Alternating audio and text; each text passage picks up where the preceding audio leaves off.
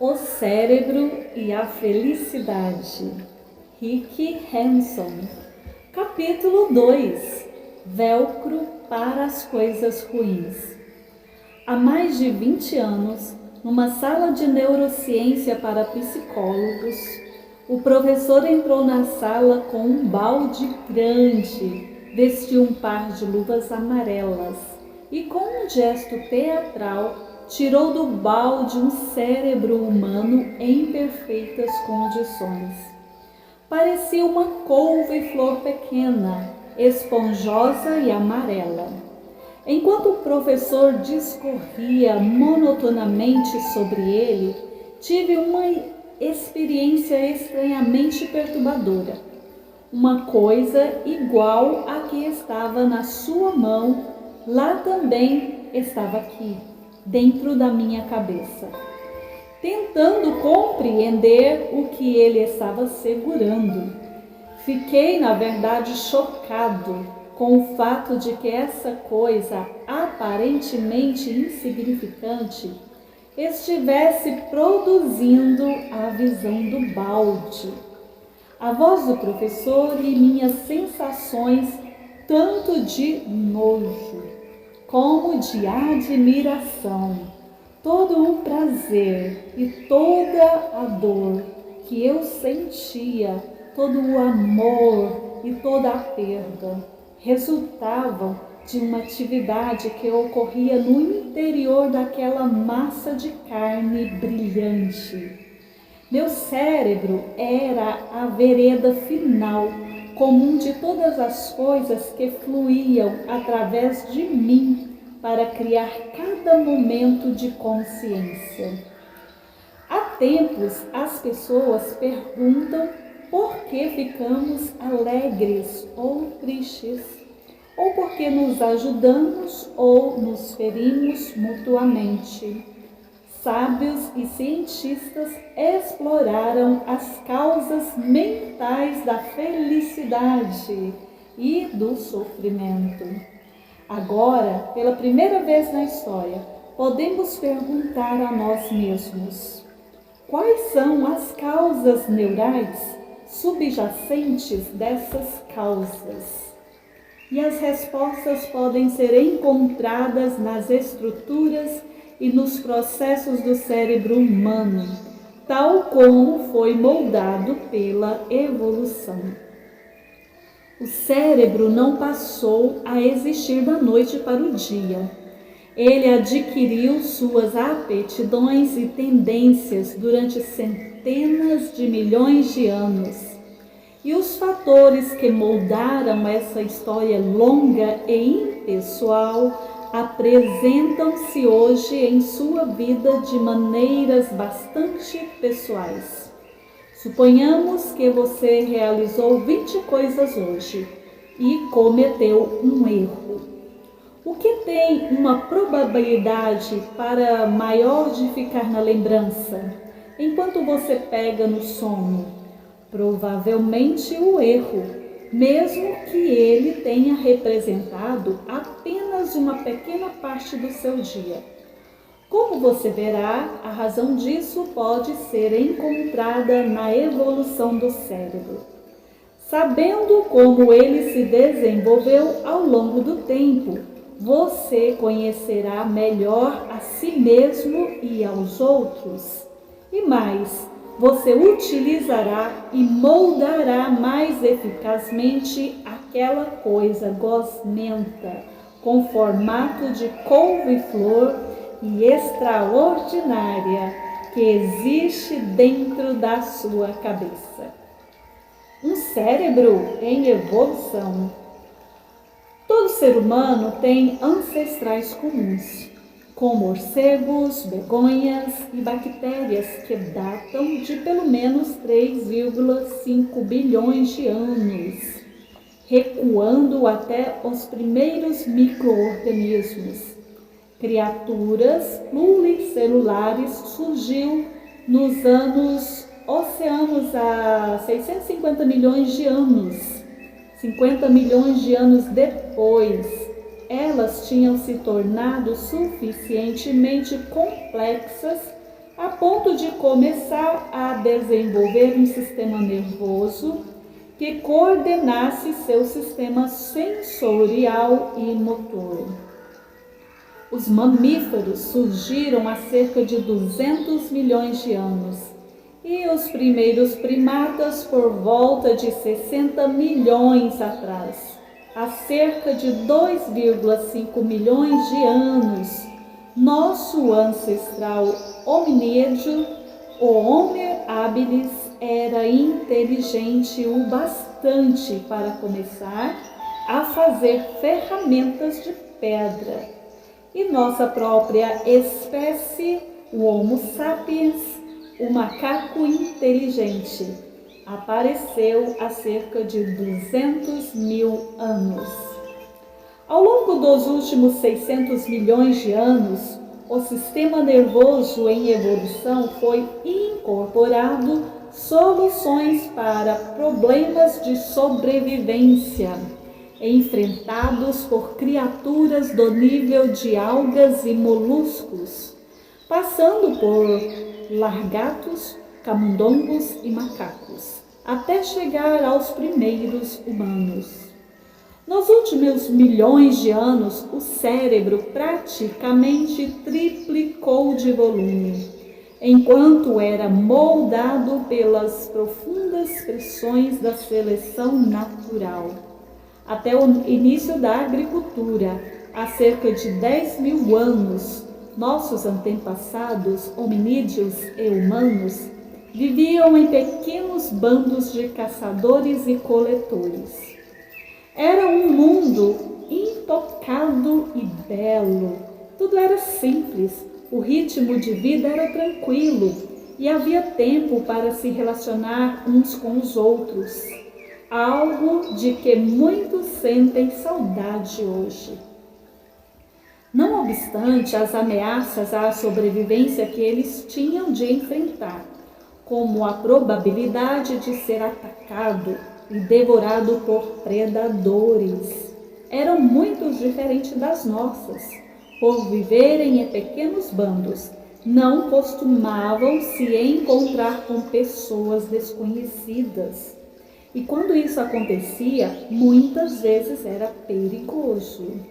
Embora alguns bandos se relacionem pacificamente entre si, na média, uma de cada 8 pessoas morria em conflitos entre bandos. Isso comparado com uma em cada 100 que morreu devido às guerras do século XX. Havia também fome, parasitas, doenças, ferimentos e riscos do parto. E nada de analgésicos ou polícia. Foi esse mundo que serviu de útero para o cérebro humano, e ele se adaptou meticulosamente às suas condições. O resultado ocupa hoje o espaço entre suas orelhas, continuando a moldar suas experiências e a controlar suas ações. As coisas ruins são mais fortes que as boas.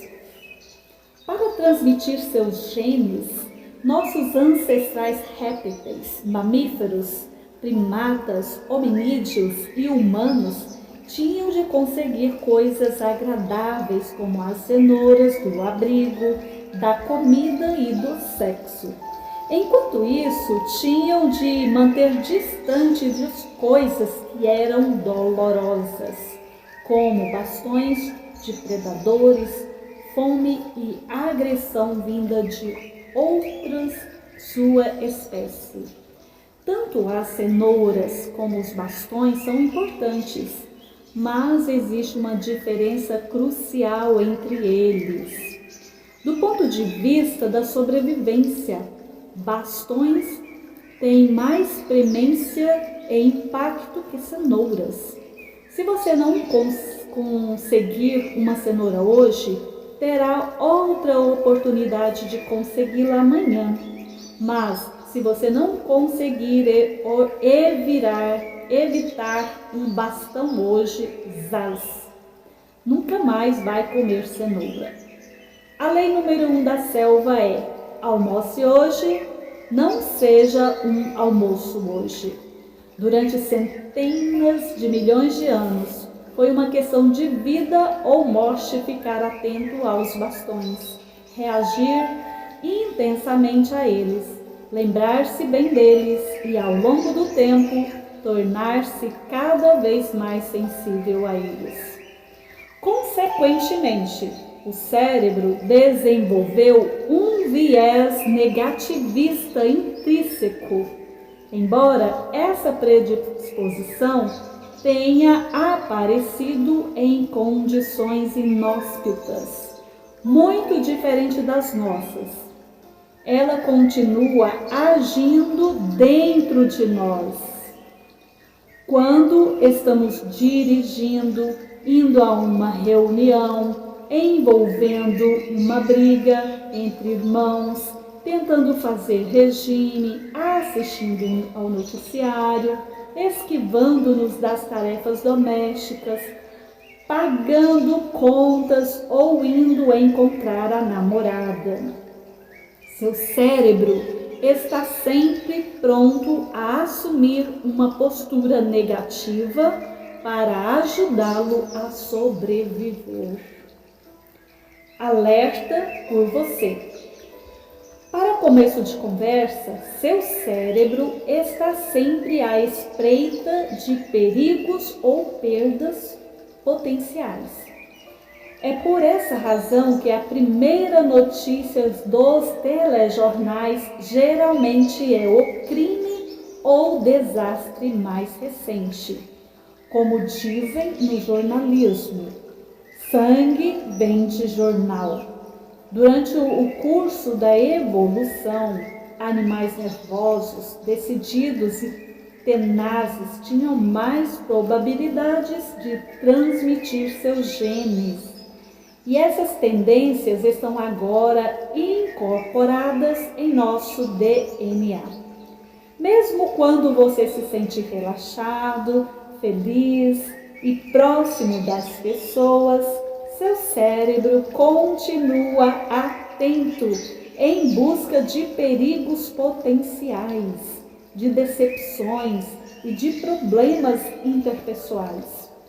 Em consequência, da parte de trás da mente em geral, existe uma sutil, mais perceptível sensação de desconforto, insatisfação e distanciamento que provoca essa vigilância.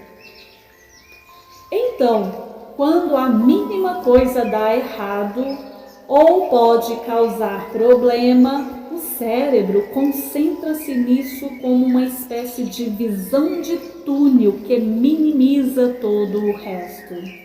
Se seu chefe faz uma excelente avaliação sua, que contém uma única crítica em meio a um monte de elogios, é provável que você se concentre no comentário negativo.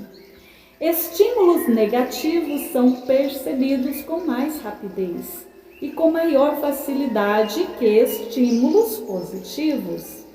Nós identificamos semblantes raivosos mais rapidamente que semblantes alegres.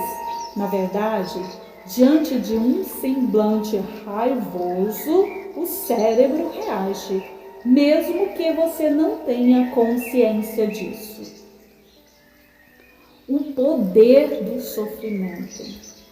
As experiências ruins, dolorosas, perturbadoras, geralmente prevalecem sobre as boas, aprazíveis, confortadoras. O psicólogo Daniel Kahneman recebeu o Prêmio Nobel de Economia por demonstrar que a maioria das pessoas se empenham mais em evitar uma perda do que conquistar um ganho equivalente. Relacionamentos íntimos duradouros geralmente precisam de 5 ter ações positivas para compensar uma negativa. Na verdade, as pessoas começam a se dar bem. Quando os momentos positivos surgem, os negativos, ao menos numa proporção de 3 para 1 e de preferência numa proporção maior. Os elementos negativos contaminam os elementos positivos mais do que estes, purificam aqueles. Por exemplo, uma má ação prejudica mais a reputação do herói do que uma boa ação melhora a reputação do vilão. O impacto extraordinário que os acontecimentos ruins têm sobre a mente baseia-se no poder extraordinário que eles têm no cérebro, o qual responde mais intensamente às coisas desagradáveis do que às coisas agradáveis de mesma intensidade. Situado no meio da cabeça, o circuito central da reação desproporcional compõe-se de 3 partes: a amígdala, o hipotálamo e o hipocampo. Do tamanho de uma amêndoa, a amígdala de fato reage a acontecimentos e sensações positivos. Porém, na maioria das pessoas, ela é ativada mais pelos acontecimentos e sensações negativos. Pense na situação em que alguém, talvez um de seus pais, sua companheira ou um colega de trabalho, ficou com raiva de você e aquilo o deixou ansioso. A raiva do outro ativou sua amígdala, um pouco como o ataque de um leão teria feito há 1 milhão de anos, para produzir uma reação de luta ou fuga. A amígdala enviou sinais de alarme para o hipotálamo e para os centros de controle do sistema nervoso simpático, localizados na base do cérebro. O hipotálamo enviou um pedido urgente de adrenalina, cortisol, neropinefrina e outros hormônios do estresse. Seu coração então começou a bater mais rápido, seus pensamentos se aceleraram e você começou a sentir aturdido ou agitado. O hipocampo produziu um primeiro registro neural da experiência. O que aconteceu? Quem disse o que e como você se sentiu? E então supervisionou sua consolidação nas redes de memória cortical, para que você pudesse aprender com isso no futuro. Ligada pela equivalente neural de uma autoestrada de 4 pistas, a amígdala ativada ordenou ao hipocampo que desse prioridade ao armazenamento dessa experiência estressante e marcasse até mesmo os futuros filhotes de neurônio, para que fossem de fato medrosos para sempre. Círculos viciosos. Com o passar do tempo, as experiências negativas tornam a amígdala a mais sensível às coisas negativas. Esse efeito de bola de neve acontece porque o cortisol, que é a amígdala, sinaliza que o hipotálamo deve solicitar na corrente sanguínea e flui para o cérebro, onde estimula e fortalece a amígdala. O sinal de alarme do cérebro passa, então, a disparar mais facilmente e com maior intensidade. Para piorar as coisas, mesmo depois que o perigo passou ou mostrou ser um alarme falso, vários minutos se passam até que o cortisol tenha sido metabolizado e eliminado do corpo. Por exemplo, você pode escapar por pouco de bater o carro e ainda continuar pilhado e trêmulo 20 minutos depois. Nesse meio tempo, numa sequência de golpes 1, 2, o cortisol do cérebro superestimula, enfraquece e finalmente elimina células do hipocampo, reduzindo-o gradualmente. Isso representa um problema, porque o hipocampo o ajuda a pôr as coisas em perspectiva, ao mesmo tempo que acalma a amígdala e diz ao hipotálamo para parar de solicitar hormônios do estresse. Assim sendo, fica mais difícil pôr a única coisa que está dando errado ao contexto das inúmeras coisas que estão dando certo. E mais difícil ainda, sossegar uma amígdala e um hipotálamo descontrolados.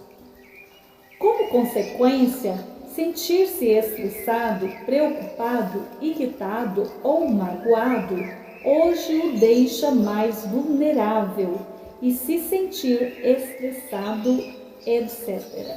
Amanhã, o que o deixa, na verdade, vulnerável no dia seguinte. Negatividade leva a mais negatividade, num círculo extremamente vicioso. Paranoia do tigre de papel.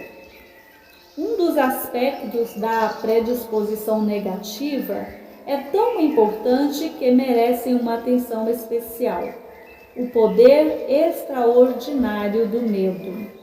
Nossos ancestrais podiam cometer 2 tipos de engano. Primeiro, pensar que havia um tigre escondido no mato, quando não havia. E, segundo, pensar que não havia nenhum tigre escondido no mato, quando realmente havia um. O preço do primeiro engano era a ansiedade desnecessária, enquanto o preço do segundo era a morte. Consequentemente, nosso processo evolutivo nos levou a cometer 1000 vezes o primeiro engano para evitar cometer o segundo ainda que uma única vez. Na verdade, as pessoas ainda continuam cometendo o segundo engano. Eu, por exemplo, não uso fio dental com frequência que deveria e dirijo rápido demais. Uma variação do segundo engano é ser exageradamente otimista a respeito de prováveis benefícios em comparação com seus custos. Por exemplo, muitos apostadores e aspirantes a astro de hóquei inflamam as probabilidades de retorno. Em geral, porém, o cenário destro do cérebro é superestimar as ameaças, subestimar as oportunidades e subestimar tanto os recursos para enfrentar as ameaças como para aproveitar as oportunidades. Nós, então, atualizamos essas crenças com informações que as confirmam, enquanto ignoramos ou rejeitamos as que as desmentem. Existem mesmo regiões da amígdala especificamente projetadas para impedir que se esqueça o medo. de modo especial o causado por experiências da infância. Como resultado disso, acabamos nos preocupando com ameaças que, na verdade, são menores ou mais admiráveis do que temíamos, enquanto desconsideramos oportunidades que, em geral, são maiores do que esperávamos. Como resultado, nosso cérebro é propenso à paranoia do tigre de papel. Essas tendências de origem biológica são reforçadas por inúmeros fatores. Consideremos o temperamento. Algumas pessoas, como eu, são intrinsecamente mais ansiosas que outras. Pense também na sua história pessoal. É natural que experiências de vida assustadoras ou dolorosas, especialmente as traumáticas, deixem as pessoas mais medrosas. Se você cresceu numa vizinhança perigosa e se seus pais eram irascíveis, ou se você sofria intimidação na escola, é normal ainda agir por cautela, mesmo que agora viva num lugar seguro, rodeado de gente simpática. Suas condições atuais também são importantes. Talvez você viva com alguém que perde a cabeça sem motivo ou esteja sendo assediada no trabalho. A economia também tem seu papel. É compreensível que as pessoas tenham uma sensação de insegurança ou algo pior quando o dinheiro está curto e o que o dia a dia é uma competição estressante.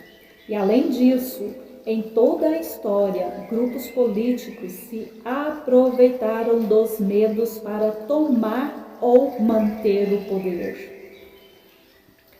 Qual é a sua experiência pessoal de medo? Ele varia de cautela, prudência, apreensão e inquietude, moderadas às preocupações, ansiedade, obsessão, pânico e terror. E que papel o medo desempenha em sua vida? Quando estamos com medo, pensamos pequeno, nos expressamos com menos liberdade, nos aferramos ao nós e sentimos mais medo e raiva deles. Como os outros têm a mesma vulnerabilidade do poder do medo que nós. Os atos que cometemos quando estamos amedrontados lhe parecem ameaçadores.